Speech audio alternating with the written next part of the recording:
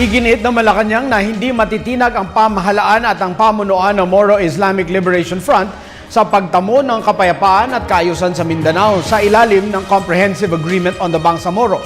Sinabi ito ni PCO Secretary Sunny Coloma sa report na ilan umano sa miyembro ng MILF ang hindi kontento sa kasunduan.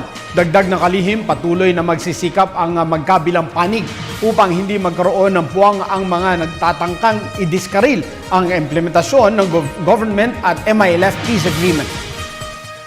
Yung mga kidnapping groups, ang mga members sila, MLF. I'm sorry, Joel. No? Pakilinaw lang yung enunciation kung MN or MI. MI po, MI. Thank you, thank you. MI po. So, may ganong incidents na nangyayari po na nangyayari na ngayon, sir. Even MI members ay alleged members rin ng mga kidnapping groups doon.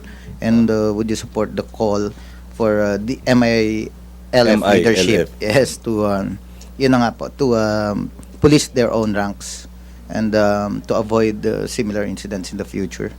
Ang ating pinagbabatayan dito ay yung deklarasyon ng ating Pangulo at ang deklarasyon ng tagapangulo ng MILF na malinaw na narinig ng sambayanan at ng buong mundo noong ika-27 ng Marso pagkatapos nung ating nasaksihan yung lagdaan ng Comprehensive Agreement on the Bangsamoro.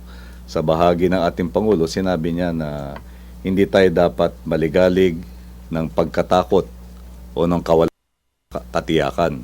We should not allow fear or uncertainty to affect our resolve to bring about the fruition of the Comprehensive Agreement on the Bangsamoro. And the chairman of the MILF made the same call. And he was very emphatic also in his declaration that the MILF shares the firm determination of the Philippine government. Kaya yun ang ating pinagbabatayan. Ang bawat panig, ang magkabilang panig ay patuloy na pinagsisikapang tukuyin yung mga nagiging hamon dyan. Pero hindi naman tayo natitinag doon sa layunin na matamo ang hinahangad na kapayapaan.